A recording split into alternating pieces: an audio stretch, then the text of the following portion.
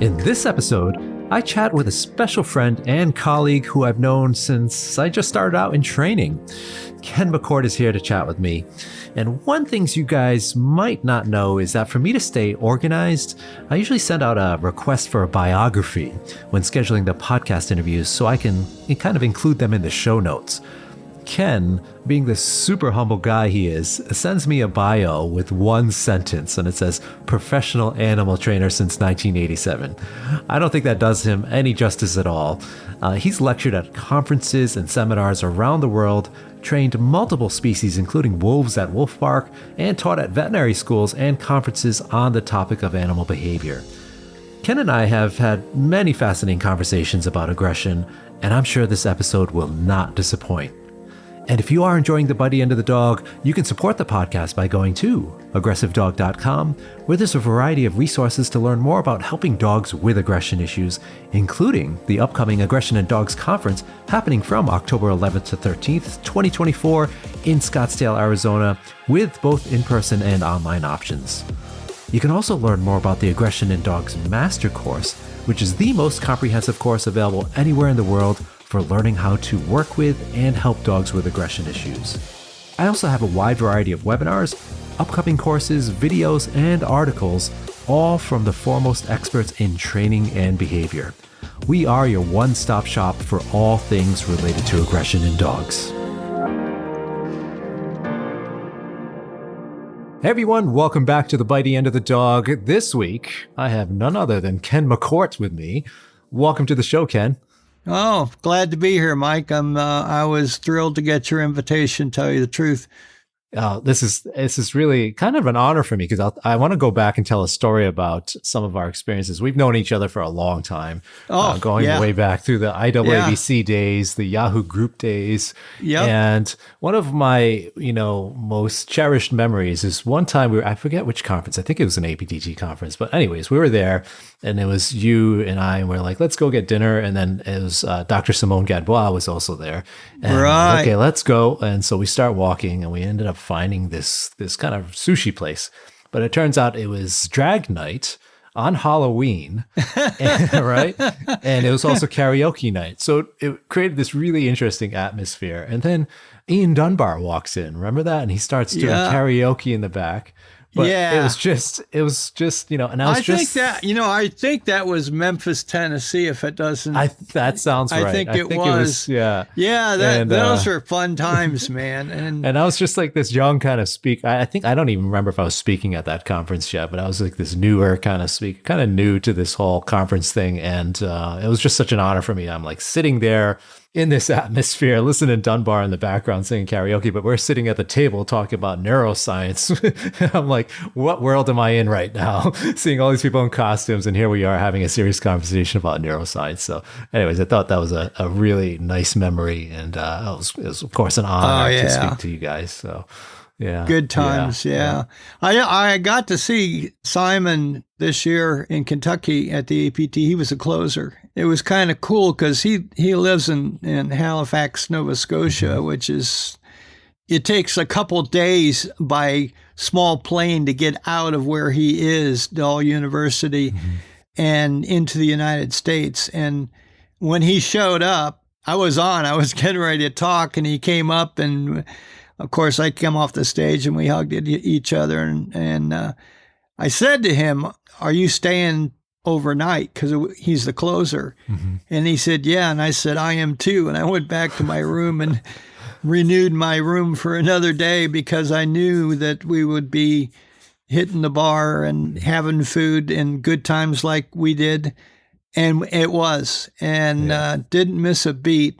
But Simon is one of those brilliant scientists who absolutely understands, especially the olfactory system in dogs. And I learned more sitting around having brewskis and conversations. Sometimes I learn more from those than I do from the lecture itself. Yeah, absolutely. It's all the more reason to go to those in-person conferences. Those special moments make all the difference then. That networking to me is worth the price of admission. I mean, I often look at, who the lineup of speakers are and what have you, but what it really comes down to is I like to grab people I know and even some people I don't know and get together for those social events, whether it's lunch or dinner or whatever, and just have an exchange of ideas. And that's sometimes a bigger thrill for me than the courses that they're teaching. Yeah, absolutely. It gives you the time to reminisce. And kind of speaking of reminiscing about things, let's reminisce about Ray Coppinger a little bit. We were talking a little bit about, before we started recording, ethology and the influences of Ray, and especially in the dog training community. And one of the things that I often talk about is the predatory motor sequence when it comes to aggression and understanding that. Oh, yeah. So let's dive into that. First, for maybe some new listeners or people that aren't quite familiar with the ethology lens, can you just define, what the predatory motor sequence is and kind of why it matters in aggression cases? Well, ethology is kind of a dead science, and I don't want to say that we don't use it anymore. It's what has happened to ethology is it's now broken up into behavioral ecology, neurobiology. There's a whole bunch of smaller groups that used to be under the umbrella of ethology. And ethology in general is a biological look at how the animal behaves. And it has to do with motor patterns, intrinsic behaviors, which means they're born with them, and especially predation. It's a motor pattern. And when you work with animals like wolves and coyotes and things like that, they have the whole sequence in their system. They have to practice it to get good at it, but they don't have to be taught how to do it. Okay? And what we've done with dogs is taught them to specialize. We've selected different behaviors in that motor sequence that were a benefit to humans, whether they were guarding our farms or helping us hunt or whatever. We learned how to isolate those. And somebody like Coppinger, he was more of a evolutionary behaviorist because he was really interested in how it's evolved over time. And so for us, for trainers, especially if you're working with what a lot of trainers refer to as high drive dogs, that usually means that the motor pattern is so strong in that animal that it's internally rewarded, dopamine usually, okay, and it's resistant to extinction, and so you got to know as a trainer, can I modify that, or can I substitute another behavior into the sequence, or do I manage it? And the answer can be all three, depending on what you're dealing with. But if you're just saying as a trainer, well, he doesn't like animals that run, instead of saying he has chase and grab bite, which are motor patterns, then you're looking at it as an emotional event, and predation is not an emotional event. In fact, the animal's having fun at every sequence. So that's why they'll hunt even though they're not hungry. That's why the animal, you can trigger those motor sequences in the animal by doing something like riding a bike or a skateboard down the sidewalk. Or jog, just change your pace from a walk to a jog, and boom, you see that intrinsic behavior come out. And if you're going to work with animals like that, you need to know whether it's something that you can modify through training. And a lot of times you can. You can change the stimulus that produces the behavior. You can change the intensity of the behavior. Can you remove the behavior? Probably not. You have to deal with it, basically. So somebody like Coppinger was one of those guys that could take that kind of information from the academic world and dumb it down for lack of a better term, to make it understandable for people that work with animals one-on-one. I had the pleasure of traveling and lecturing with Ray for almost 20 years, and I consider him a dear friend. And I was really upset, when he passed away, but we also knew he was really sick. I just didn't realize how sick he was. But his brain was so smart. He was so good at not only understanding the science, but remembering the details of it, that I used to tell people that I thought he was an alien, that he had come down to Earth to embarrass us or to teach us to understand concepts that are way beyond the grasp of most people.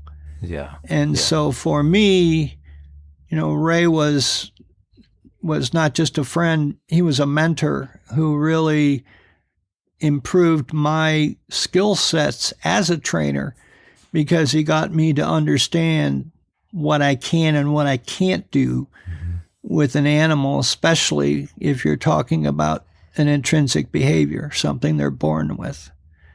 Yeah. So, and I'll second that notion. I mean, he was also such a brilliant presenter, but witty and funny too. I always enjoyed his hilarious. Talks. Just so witty with his comments and responding. He would say things just to get a rise out of the audience. He said stuff that at lectures that I was at with him, that I absolutely knew he didn't believe that, but he wanted to see how it affected the people in the room. He invited challenges. He wanted people to challenge his ideas. Yes. Yeah. And I really admire that. He was a consummate scientist, and true scientists don't agree with each other on very much. I mean, they really don't. You're always trying to refute the no hypothesis and trying to prove someone else is wrong. Yes. Yeah. But you have to follow the scientific methodologies to do that. And when he started to look at some of the early studies we did that compared wolves to dogs, there were a couple papers written that I considered total nonsense, and so did he. And so we went out to disprove them.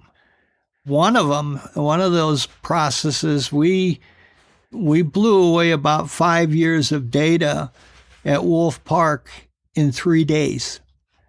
We had 18 wolves. We ran them through the testing procedure 10 times each in one afternoon, and absolutely destroyed the data that these other academics had put out. And they were so ticked off that they sent their own team to Wolf Park to test the wolves themselves, because they thought we'd made it up or we somehow didn't follow the science. And we did. We filmed everything we did. The repetitions were clean. The way that we taught the animals was actually better at what we were measuring than what they were doing in the lab that produced that data that we argued with. It was fun, but I really got to know Ray through that work. And it was kind of cool because Clive Wynne was the guy that was interested in the study, and his 2 graduate students are both professors who I knew as grad students, and they're both brilliant. And it was really kind of cool to watch the evolution of that science going on right in front of me. It was amazing. Yeah. Amazing. It's the nice delineation between people that are in the academia and science versus people on social media. Right? Yes. You can argue, but there's no disrespect necessarily in the arguing. Exactly. Which is the nice part of that. So exactly. I'd love to jump back into that predatory motor sequence we were talking about, because I was actually just recently rewatching one of Ray's talks at the Sparks conference, and where he was talking about hypertrophy of the certain behaviors versus truncating certain behaviors or parts of that motor sequence depending on the dog breed. Right. And why, can you talk more about that kind of briefly? Because I also want to pick your brain about what happens during that process. Yeah, hypertrophy means that it's exaggerated, okay? It's hyper, okay? And so if you selectively breed for a exaggeration of a part of that sequence, the other parts of the sequence that join it tend to be muted. They tend to fall off. The other thing that we started to look at with it was that with some of the sequences, the next behavior in the sequence might be muted, but if we reinforce it, it can bond to the previous behavior and become hypertrophied as the behavior itself. So let's say if you have a terrier who has chase but no grab bite, that would be a herding dog, okay? Typically a header rather than a heeler. And you start to reinforce the grab bite end of it. It can be exaggerated pretty quickly to where the animal will show you chase and grab bite even though you don't want the grab bite to occur.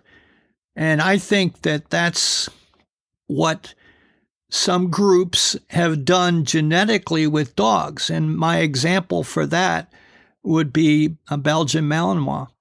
Okay? Malinois that I see have much more grab bite than any Belgian sheepdog or Belgian Tervuren that I see out there.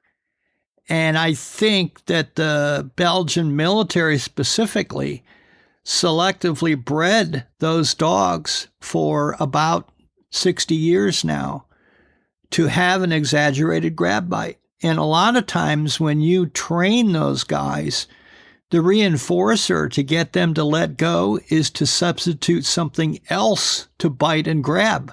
So a lot of times the handler isn't carrying treats. The animal doesn't want a treat.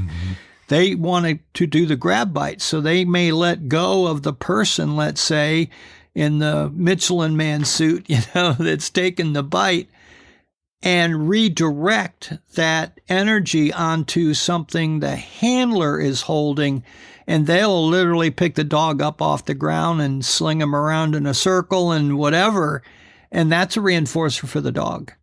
Yeah. And so I think that we see that done purposely in the working dogs like the Malinois, whereas with the more pet dogs like the Belgian sheepdogs and the Belgian Tervurens, they didn't use them for that. So those guys tend to not have that hypertrophied grab bite behavior. You can teach them to chase, but a lot of times they'll nose prod the animal and not necessarily grab it. I had a Belgian sheepdog that had no grab bite at all. I mean, had amazing chase sequence and really hard to call off a chase on anything. But if it actually caught up to what it was chasing, it would nose prod it. It wouldn't bite it. Okay. And I didn't want to bring that behavior out. If I brought it out, especially as a young dog, work with that nervous system so I can sharpen that neural pathway, I probably could have ended up with an individual that had the hypertrophied grab bite in it. But why would I want to do that with a pet dog? And if I'm looking for a working dog, just go get a Malinois. Why reinvent the wheel? Right. So let's talk a little bit about when that becomes problematic. So we have, people that select for those particular behaviors in working contexts, but then when it starts to enter the pet dog population, it can be difficult for maybe the average pet guardian to understand why their dog is biting at this level, what's going on. So let's break that down a little bit more, because that motor sequence happens, right? Yeah, when I'm dealing with clients, and I never ran group training classes. I mean, I did a couple times in my career, but I hated them, and I really didn't like doing it. And I like working with problems. And so the vast majority of referrals that I got for 30 some years of training were aggression cases. And the first thing I needed to do is explain to the client what's the motivation. Why is he doing that? And a lot of times what you would see is the dog developed a behavior without the owner maybe realizing that it was going there. They go off to work, they leave the dog who's sleeping on the couch, and the dog spends the entire day going from window to window, chasing cars, birds, anything else that moves outside. And they don't realize it's a problem until the furniture is turned over, there's slobber all over the windows, or somebody complains. So that wasn't a purposeful training of that behavior. That's what I like to call accidental reinforcement. The environment, the animal was left in an environment where that behavior, out of probably boredom for the dog, that behavior became hypertrophied. Mm-hmm. Okay, and now we got to do what? Well, we need to take away the stimulus, to try to cool that neural pathway down, and then we need to change the management of the animal when the owner's away, so it can't practice the behavior. Because you can come in there, and I don't care what your training skills are, how good you are, if you leave and the owner lets the dog go back to that situation, they're just wasting money. Mm-hmm. I would tell people that didn't want to change the environment, on that animal, I'd say, well, let's not waste my time and your money, because there is no magic cure. There is no something I'm going to be able to do with your dog that's going to permanently change how the animal gets stimulated from the environment. Yeah. Off that topic, let's slide into a neuroscience lens and talk about what's happening that makes that behavior so reinforcing, and the dopamine that happens. And it's really not for instance, like in predation, it's not so much the actual consumption or the catching of let's say, the sheep. It is the act of it, or the anticipation of it. It's the whole chase them down and get them. Yeah. Yeah.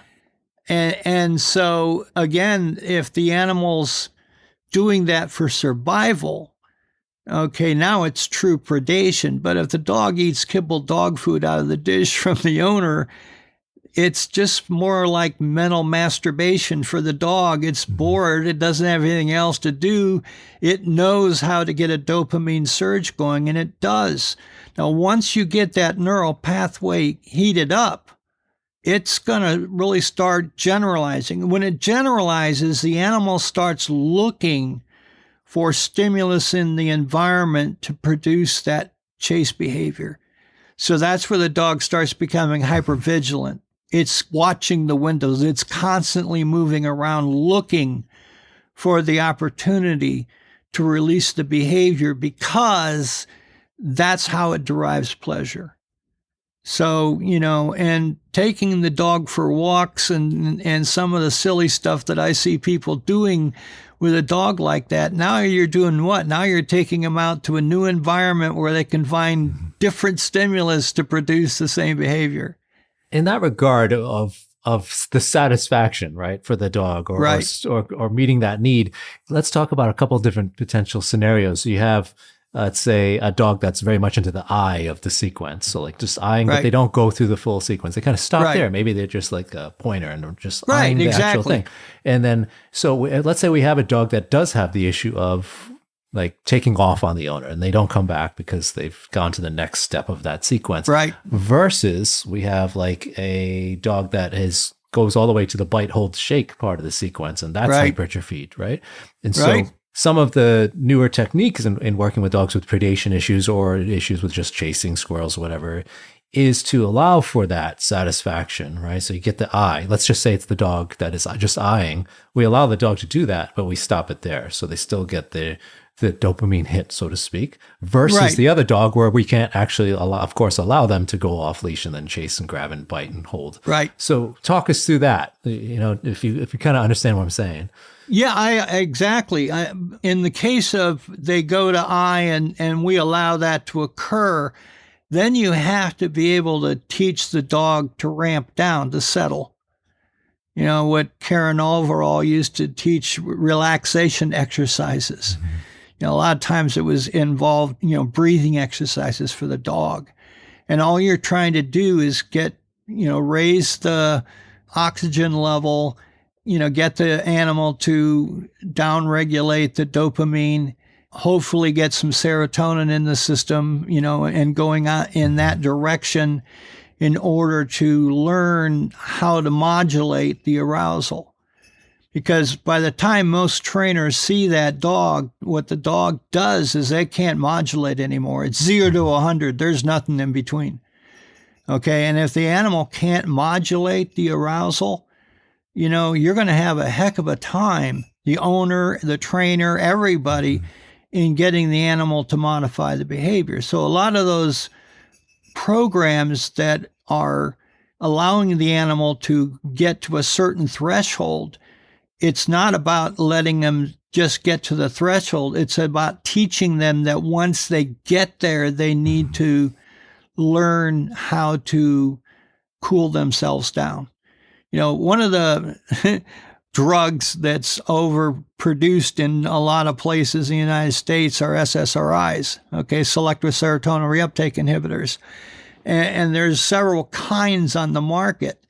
And what they do is they turn off when serotonin is in the synapse, when it's changed to dopamine or it's changed to adrenaline, which is norepinephrine when it's in the synapse, and anywhere else it's called adrenaline.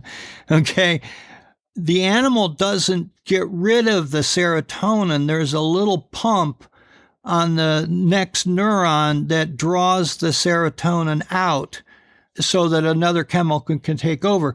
And what those drugs do is they're designed to turn that little pump off so the animal can't take the serotonin out. Well, unless the animal can relax, you're just feeding them a pill that's doing nothing because there isn't any serotonin in the synapse.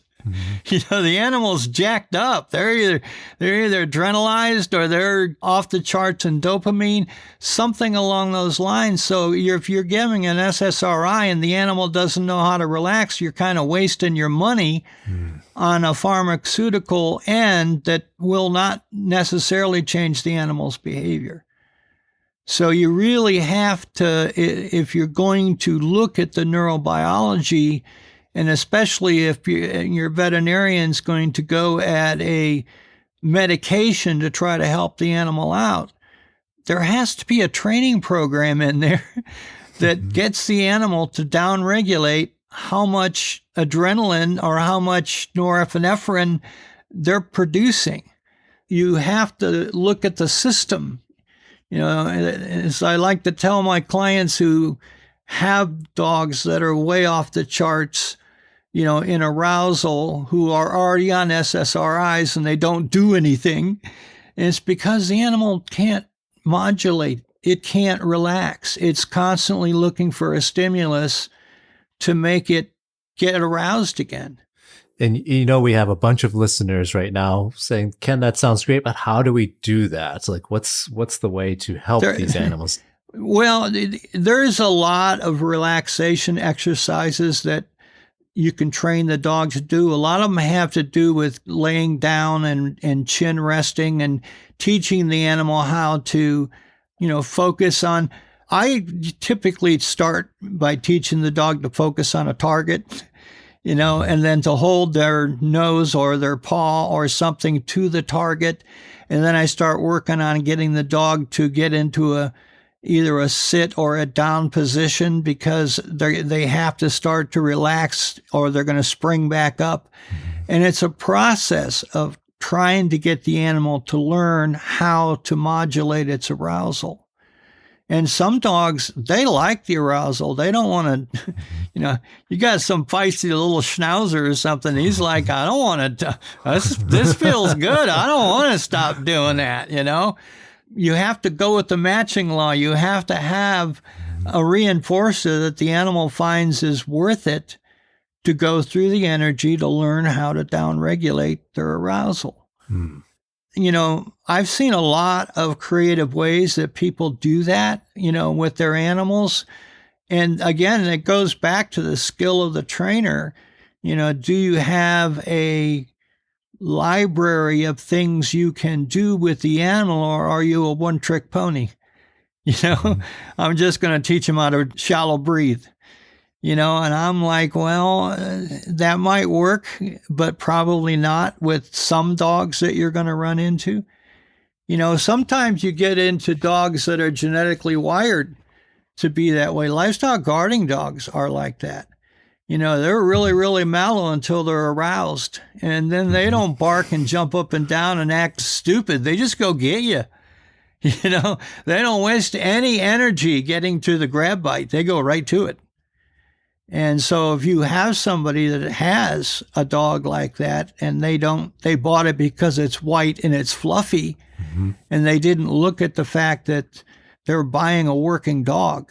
There's a mile of difference between a pet Great Pyrenees and a working Great Pyrenees. I had a working Great Pyrenees. She was a wonderful freaking dog. She bit the previous owner 5 times, 5 different incidences that required medical attention. And he kept trying to dominate the animal, stand over it, flip her on her back, whatever. She's 105 pounds. Are you freaking crazy? So I brought her to my house. I took her off a death row at a veterinary hospital. Okay, not where my wife worked. Okay, I took her off a death row. I brought her home and I taught her to back up off the food dish because she was guarding food. Okay, to back off the food dish in order to get food. And I found that when she was 4 feet away, critical distance, when she was 4 feet away, her arousal level went down. So that took all of 15 minutes to change that behavior. Then I gave her a job. I taught her that I wanted her to watch the farm. I live on a farm, okay? To watch the farm for animals that are a problem. I don't care about cars. I don't care about motorcycles. I don't care about birds. I don't care. I don't want skunks. I don't want groundhogs. And she was a happy dog. I had her for 9 years. She never bit me or anybody while she was on the farm. And she died an old fart and was absolutely thrilled that someone understood what she was doing. And when I gave her a job, it was almost like she was saying, thank God, finally somebody understands that I'm a working dog, I'm not a pet. And the guy wanted a Great Pyrenees, and when he wanted a pet quality one, he's going to have to get on a waiting list, and he's going to pay a couple $1,000s if he can find one. You can go down to Amish country, which is literally 30 miles from my house, and they have working livestock guarding dogs, Pyrenees, in their fields with their animals right now. And you want to buy one of those puppies, they'll sell them to you. They're $250. Okay? Oh, you want a pet dog? They don't even know what that is. And as long as you got $250, they'll sell a dog to you. They don't care. He's your problem now. And unfortunately, they're really, really cute, but you don't see those behaviors until their brain matures, which is around 2.5, 3 years of age. Right. Then it shows up. Yeah. And at that point, the dog's no longer small and white and fluffy. It's now a big dog. And they don't have any low-level threat behavior, And Sasha was a great dog. I love that dog. I really did. She was a wonderful dog. But I really felt like once she realized that I gave her a job and I expected her to do it, she was a happy dog. Every day she would get up, and when I'd let her out, she'd patrol the perimeter. And I told her she's allowed to watch anything that's out there that you don't think should be here, but you're only allowed to bark at animals. I don't care about people. And she got it. Yeah. It was pretty easy. Okay. Well, that's an excellent way to summarize everything we've been talking about, and what we've selected for and behaviors as humans. So I'm going to take a quick break to hear a word from our sponsors, and we'll be right back because I want to talk about a different topic called intentional thinking, which maybe some listeners haven't heard of, but we're going to dive right in right after this break. Sounds good. Hey friends, it's me again, and I hope you are enjoying this episode. Don't forget to join me for the 5th annual Aggression in Dogs Conference, either in person or online, from Scottsdale, Arizona, from October 11th to 13th, 2024. This year's lineup includes many incredible speakers, including Dr. Clive Wynn, Dr. Jessica Heckman, Emma Parsons, Sarah Colnice, Lori Lawless, Carmeletta Ofterheide, Jess Feliciano, Dr. Amy Cook, and many more. Head on over to aggressivedog.com and click on the conference tab to learn more about the exciting agenda on everything from advanced concepts in dog body language to working with aggression in shelter environments to genetic influences on behavior. Dr. Amy Cook will be bringing her entertaining and energetic personality to the grand reception and cocktail party, which, by the way, will be live streamed as well as in person. And as usual, you'll find a wonderful, kind, caring, and supportive community at the conference, both in person and online. I also want to take a moment to thank one of our wonderful sponsors this year, Pets for Vets. Did you know that approximately 1 million shelter animals are euthanized in the U.S. every year? At the same time, many of our country's veterans are experiencing post-traumatic stress disorder, traumatic brain injury, anxiety, and/or depression. Pets for Vets founder and executive director Clarissa Black created a solution for these problems by rescuing and training animals for veterans.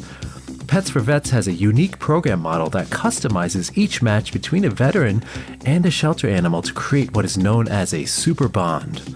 Each animal is selected and trained specifically for each veteran based on the nuanced relationship between animal behavior and human personality to ensure a successful, reciprocal, and enriched relationship.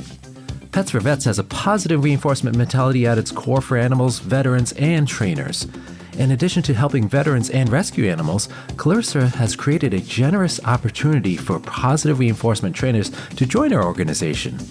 Trainers are able to participate anywhere in the U.S. while receiving stipends, professional development opportunities, and maintaining a flexible schedule. Pets for Vets is also seeking new partnerships with animal shelters and rescue groups from around the country. For more information, please visit petsforvets.com. All right, we're back here with Ken McCort. We've been having some fascinating discussions around the predatory motor sequence and ethology and neuroscience, but now I'm going to shift gears because years ago, this is going back again, I think we're dating ourselves a little bit here in terms of how long we've been doing this work for, but I can't recall, at least 10 years ago, you were given a talk on intentional thinking. I think it was an IAABC conference, and I just found it really fascinating because we talk about communication and body language and observing the behavior of dogs, but we have all kinds of different opinions about how much they're thinking, how much they're intending to get you to do things. Right. So this is maybe a foreign concept to some of the listeners. So can you just break down what intentional thinking means first before we dive in? Well, intentional thinking actually came out of the philosophical fields. The philosophers and scientists that had a philosophical construct going on in their head were the ones that actually first started this. And now that we have imaging and we can actually see the electrical transmission going on in the animal's brain, we can now put numbers, real data to the concept. But intentional thinking has to do with wants and needs. And there's levels. First level intentional thinking would be like, I have wants and needs, okay? I need food. I need to be warm. I would like to watch this television program, whatever, okay? The second level is that you know that I have those wants and needs. And if you're the trainer, you can use those wants and needs as reinforcers, okay? The third level would be that I know that you know that I have these wants and needs, okay? And it keeps going up until 5, 6, 7 layers, okay? There's an infinite number that you can get to, but most humans and most people that look at intentional thinking usually stop around 5 because that would be probably a pretty high level of intentional thinking for a human.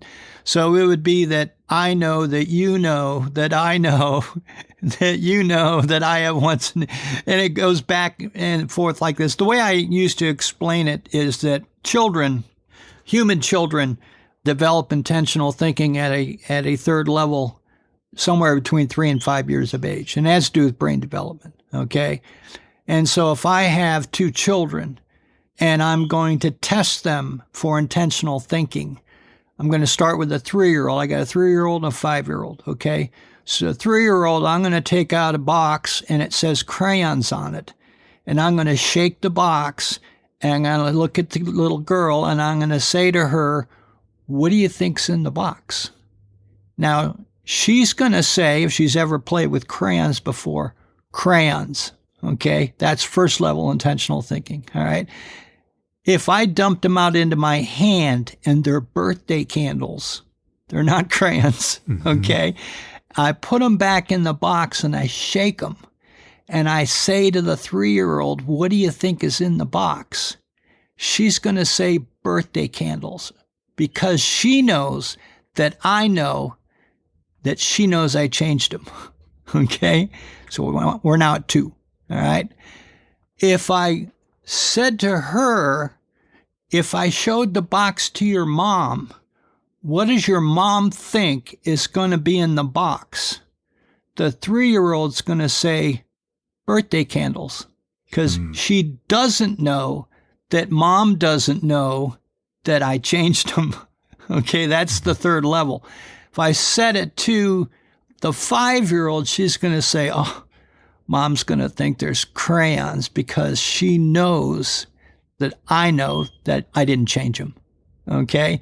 And that's the shift where a child can, number one, get a joke. They would understand I'm kidding. I don't think like that, okay? It also is a point where they can lie to me, they can deceive. If I ask a 3-year-old, do you think I'm fat?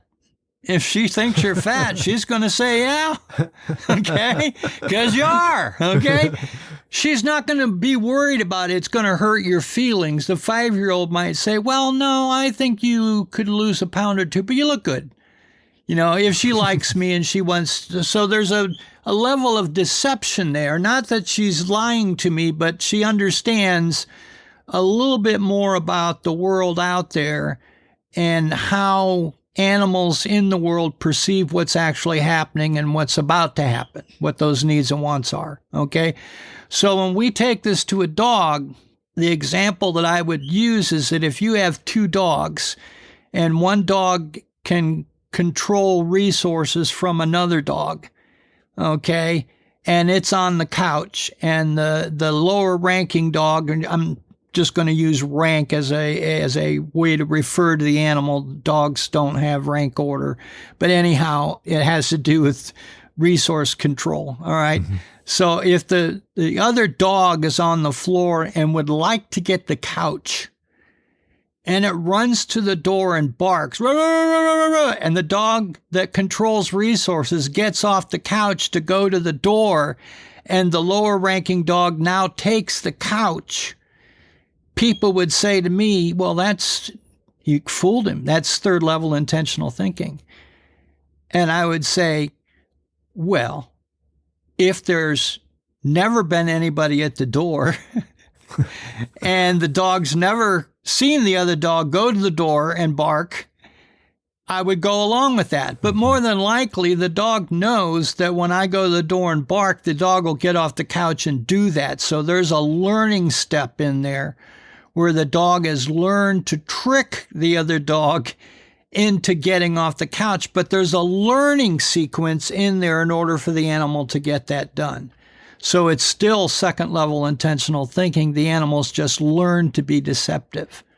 Okay? But if there was the dog's never done this before, he's never barked at the door, and he came up with that idea of how to trick the other dog into giving up the resource, then that would be third level intentional thinking, but I've never seen it. Okay.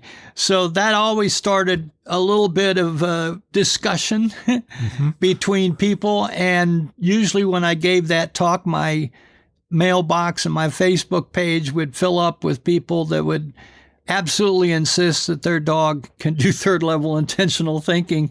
And they would give me examples of how the dog would do it. And for a while, I used to sit down and explain to them the stages the dog probably went through to learn how to deceive or how to manipulate something in the environment to make that happen.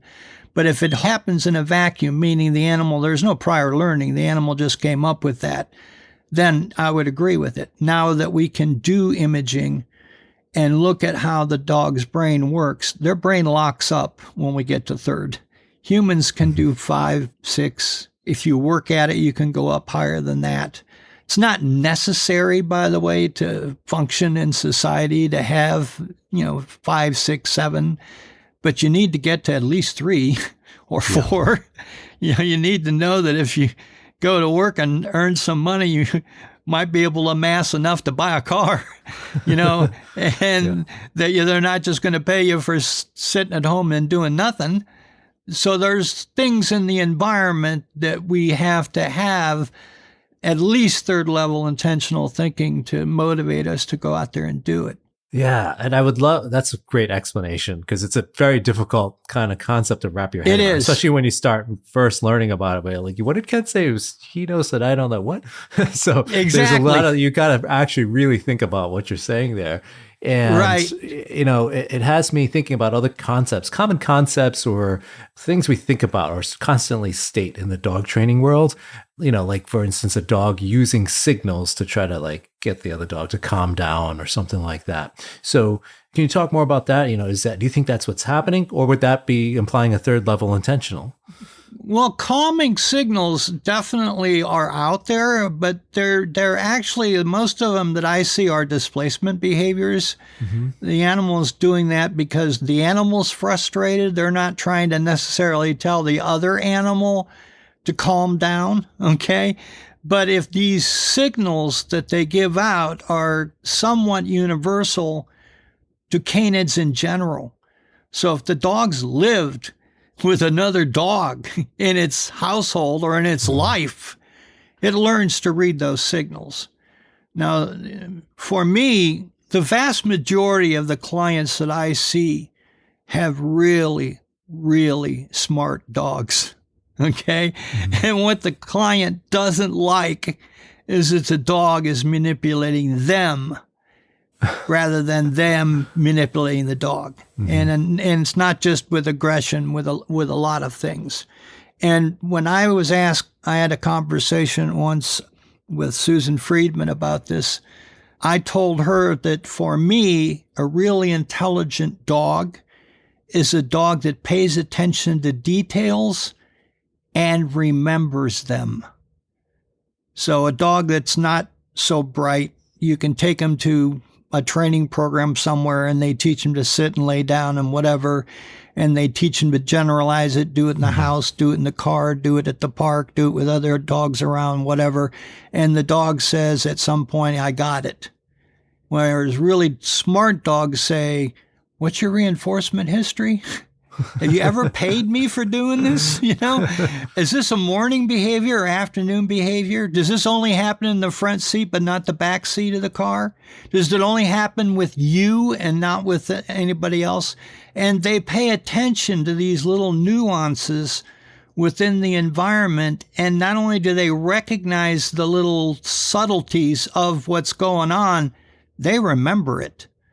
Okay. And the treat for me at Wolf Park was getting to train with Twister and Willow, who are coyotes, okay? I worked with those two little buggers for 12 years, okay? I always worked with them as a brace. They were always together. I didn't separate them, okay? They were never on leash, never restrained. They could come and go as they wanted. I had to have permission to come into their enclosure if they didn't let strangers in, okay? Twister and Willow paid attention to every kind of little detail. I can remember specifically when I first started working with Twister, with a target stick, he wanted to know, can I touch the air in front of the target stick? Can I lick the target stick? Can I bite the target stick? Can I touch the shaft of the target stick rather than the end? And he went through this myriad of testing me to see exactly what I was reinforcing. And I had to teach the person that was training with them, besides me, that you can't be wishy-washy about what that behavior is. Because if you start reinforcing any variance of the behavior, he'll start throwing you more and more variations. And it gets to the point where now the coyote's training you. You are no longer training the coyote. Okay? And I can tell you, in all the years that I worked with those two, there were many times that I had to stop in the middle of the training session and go, wait a minute, who's training who? And I would realize pretty quickly that, no, they're now training me. I am no longer training them.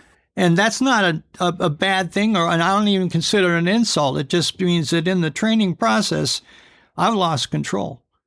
You know, they're now training me. and they were very good at doing that. And I used to tell the trainers that came in down there, I said, once you get good with the wolves, you can move up to the coyotes, because wolves are pretty easy in general to train rather than a coyote. And I have never met a dog that pays attention to the details and can remember them as well as wolves can. And I've seen some pretty bright dogs. Okay. Now, that's a different kind of cognitive ability. When we started to look at cognition in animals, we have what we like to refer to as a mental toolbox. And there are all these different things in the toolbox. And so you want to know, does the animal have that tool? And if they have it, how good is it? Okay. So like image permanence is one of them. You know, can they realize that, you know, if I hold my hand up and I put my fingers up against it, they're not going to come out the other side. Okay. Because this is a solid and this is a solid. Okay. And if I somehow did that and made it look like it came out, the wolf would look around like, you moved your hand. You're not putting it through there. So that's an aspect of image permanence. This is a solid. It's not going to change. Okay? Magicians and people like that work at fooling humans with image permanence all the time. Okay? That's what the profession's about, is fooling the human into thinking that somehow they can do something that you can't or physically shouldn't happen. You know, I'm going to saw this person in half. No, you're not. Okay. So when we look at like dogs, do they have image permanence? Yeah. How good? Pretty good. As good as the humans? I would say yes. Okay. So when we look at this mental toolbox, intentional thinking is one of the tools in the box. Okay. And so do dogs have intentional thinking? Yes. How good? Second level. Okay. Any better than that? I haven't seen it. And now that we can image the brain while the animal's awake, they lock up. They lock up just like humans do when we get to 7 or 8.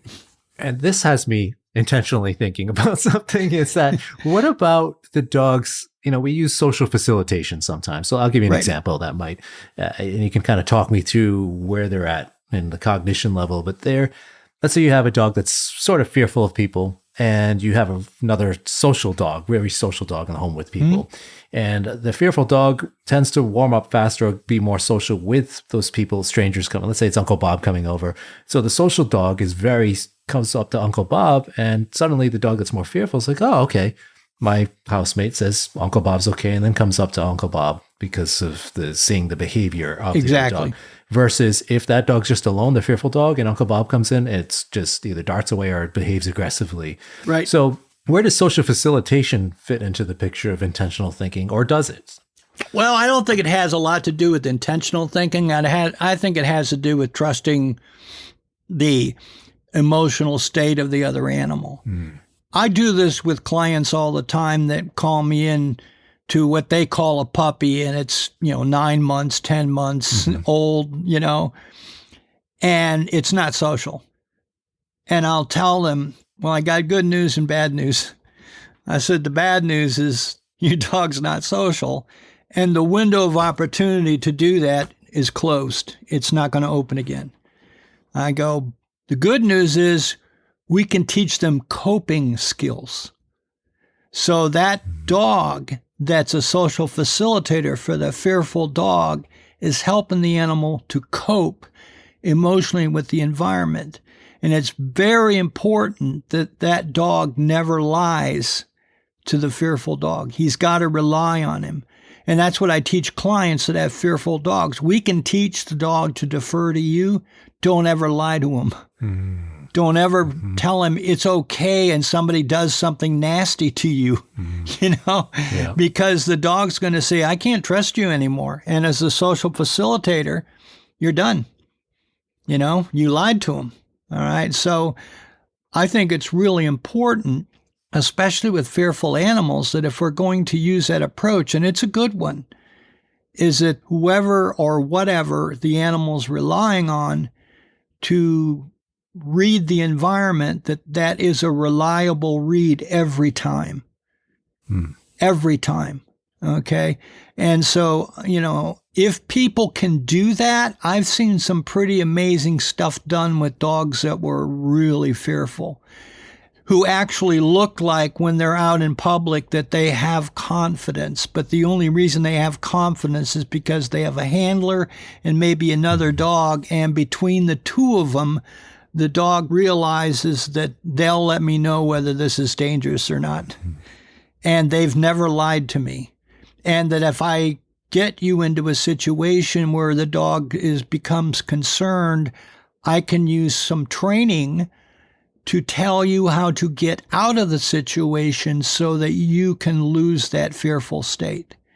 And when we do that, then the dog has the ability to start to modulate how much norepinephrine is being dumped into the system, because there is a way for the dog to learn to relax in an environment that they can't predict exactly what's going to happen.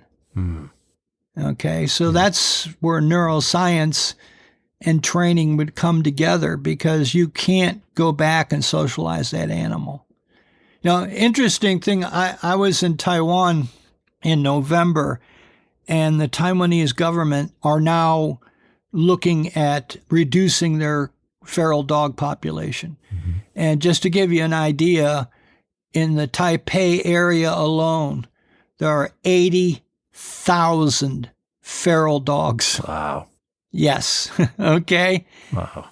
And these guys actually think, when I got there, they actually thought that if they captured these dogs and put them in a shelter, that somehow they would become social. Okay. And I spent the first couple of days I was there letting them know that that's not going to happen. Their ancient dog was called a Formosa dog. They don't exist anymore, okay? But that was the original, the Aborigines that lived in Taiwan had Formosa dogs. And they looked just like the primitive dogs of that area, something like a New Guinea singing dog, a Shiba Inu, the little prick-eared dogs with bushy tails that hang up over their ears. They were predominantly red, but not always. Well, now they got feral dogs that are 60, 70 pounds, that are on the streets, and they don't go up to people. You can't pet them, okay? They're not dangerous. They're not going to go after you. But you can adopt them, castrate them, neuter them, whatever, okay, and let them live with humans in a shelter for a few weeks and adopt them out. It's not going to happen. Okay, so I spent some time with shelter trainers teaching them how to work with those dogs. Well, man, when I started watching how some of those dogs behaved, they were like Twister and Willow, man. I mean, they are really freaking smart and extremely territorial, especially with each other. And for a mountainous jungle population, which Taiwan is, okay? I mean, Taipei is a modern city and it's quite big, and there's several cities like it around there. But when you're on the bullet train, you're going through mountains of dense, it's almost rainforest, okay? Not quite, but close, okay? You can't see the animals on the ground. And those feral dogs live on the edge of those communities and only wander into where humans are at dawn and dusk. They're crepuscular, okay, to gather food. And so I ended up working with a couple shelters, and then I went to China and looked at the same thing, okay? And then when I came back to Taiwan, I actually hooked up with people that were working for the government to try to work with these dogs. And they had a ultra-modern kennel that was up in the mountains. It was really cool. It was all off the grid, solar panels, easy to clean, way too many dogs in it compared to, what it should be. But they took me into what they called the puppy building, okay? And I went through and looked at all the dogs. And when I got out, I looked at the guy and I said, there ain't no puppies in that room. And he said, what do you mean? They were small and young. I said, they all have adult teeth. They're at least 5 months old. Okay? At least. I don't have to touch them. All I got to do is look at their dentistry. Those needle sharp. I said, the window of opportunity's already gone. I said, you can't socialize those guys. I said, what you're going to need are some really good trainers to teach these dogs how to cope with humans. And then you got to find humans that are willing to take on that kind of a science project. And I even told them, I said, look, feral dogs, going back to Coppinger, evolutionary biologist, he used to tell people in his talks, he knew more about feral dogs by far than he did domestic dogs, dogs that were owned, all right? And he used to start his conversations by saying there's somewhere in the neighborhood of 1 billion, with a B, dogs on the planet right now. There are algorithms and things on how to figure out population densities based on the temperature, the terrain, how many humans are there. There's some things that actually are pretty accurate. And he said, there's somewhere in the neighborhood of 1 billion dogs on the planet right now.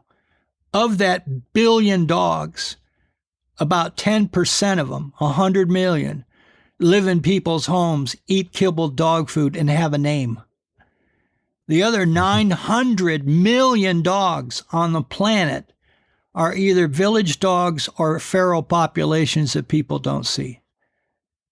And Coppinger always felt like we need to keep that population there because as humans, as geneticists, we suck, We've created more problems in purebred dogs than there are, with the wild populations. Hybrid vigor comes in and a couple things biological that makes them more conducive to humans, okay? Yeah. So I told them, I said, my answer for them, because they're an island, okay, is to capture them, spay or neuter them, and return them to where they were, just to bring the numbers down. I says, when you get down to a reasonable number, and that's going to take 30, 50 years easily, okay, then you can think about sorting them out as to which ones can be kept as pets.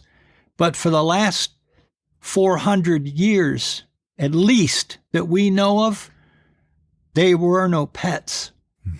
The Dutch took over Taiwan in the 1600s, and they brought hounds with them that killed the deer on the island. They're called sika deer. They're almost extinct. They're a small deer, but they have a really soft pelt, and they slaughtered these deers using the dogs to find them to send fur coats back to Europe. And somewhere in the late 1800s, the Japanese took over. And they introduced Akita Inus. Inu means dog in Japanese, by the way. Okay. Akita Inus and Shiba Inus, and they crossbred them with these village dogs. Okay. And then when World War II hit, the Japanese changed them out for German Shepherd dogs, and the Aborigines used these Formosa dogs to go after the German Shepherds. And the Japanese invaders at that time tried to remove all of those dogs on the planet. They actually had a bounty on them that if you were a soldier, the more of those dogs you could shoot, the better. They didn't put a dent in the population because these dogs live off leash in the mountains with humans, okay? Then the Chinese took over and brought industry in, and now there's more pet communities and things like that. So it's a relatively new concept to their culture. They like their dogs. They really do. It's a really nice culture. I really like the Taiwanese people a lot, but they're in their infancies about understanding behavior. And I had to get them to stop walking these dogs. They would leash up 5 or 6 of them in a group and take them for a walk. And the dogs were terrified to be walking on leash in the city. The streets are narrow and crowded, and there's no place for the dogs to go. And I actually brought up video and showed them how terrified the dogs are. I said, stop doing that. They don't need to be walked. When we study feral dog populations, they don't exercise. They usually don't travel more than 600 feet from their food source. Okay? I said, leave them be. I said, you bring trainers in and work with them, and the ones that are more amendable to shaping their behaviors, then you can think about adopting those out. The nice thing is that they don't want to euthanize the dogs, which I admire them for. They don't want to just come in and shoot them all because, number one, if they try that, they won't get them all. And they're just going to repopulate. And what you're going to end up with is the dogs that could hide from human hunters are going to reproduce. And now you're going to have a super race of dogs that are good at hiding from humans. Yeah. So there's no answers to these. But as far as the motor pattern for chase, grab, bite, dissect and stuff, it's intact. It's there. Not a problem. Most of them are carrion eaters. They eat garbage, but they will hunt smaller animals. And I went out with one of the trainers that I worked with down there for about 20 years. Her name is Senna, and she and I went to a fishing village at dusk. We got up there and sat in the parking lot and just waited for the sun to go down. And we didn't see a dog anywhere until the sun went down. And then there were no humans in the parking lot, and I counted 45 dogs just in that parking lot. Okay, where were they? They were hiding. What were they doing? They're picking up scraps, anything people left behind. Were they ferocious with each other? Yep. Did I get out of the car? Nope. And it wasn't that I was afraid of them. It's they would run. They would run. Yeah. You know, so those populations, we as trainers, I even told Senna, I said, you got trainers that want to really advance their skills? Yeah. There it is. There you go. Yes. Yeah. Those guys you better have some good chops. And I did see some really, really outstandingly good trainers working down there. I said, if you guys, they're trying to form like an association down there of professional trainers, which I admire them for doing that because they're all looking at the science of it. I said, you should make it a requirement to be in that organization with any credentials at all, is that you've trained at least one of those dogs to accept you, not the world, accept you and allow you to handle them. Yeah. So I love it. I love it. It is. So that's where the ethology, neuroscience, training all comes together into a mass. And that's where I had to kind of sit back and tell them, look, humans have never removed dogs from any environment, ever. Okay? They've always managed to come back somehow. You and how did they do it? We don't know. They're just really good at reproduction, and they stay very close to human populations because we're their food source. Yeah. Adaptable for sure. Very much. Yes. Yeah. Ken, Very this much. is, I think, a fabulous way to wrap up the episode and encompass everything we were talking about. But I'm sure people are going to want to reach out and know more about where you're going to be at. So tell us more about what you're working on for this year. Well, what am I working on this year? I'm actually doing a lot of work on the farm now. I'm not retired. I like to tell people I'm semi-retired. So, if I'm invited to go out and speak and things like that, do it. I'm not taking on new clients unless there is something that really sparks an interest in me, or it's a referral from somebody that I've known for a while. I'm more interested in training the next generation of trainers to grab the science and to really utilize it in what's going on.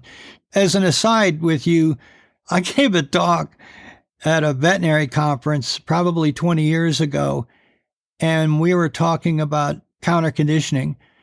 And I talked about giving the reinforcer right after the behavior that you like, that normally the animal was fearful.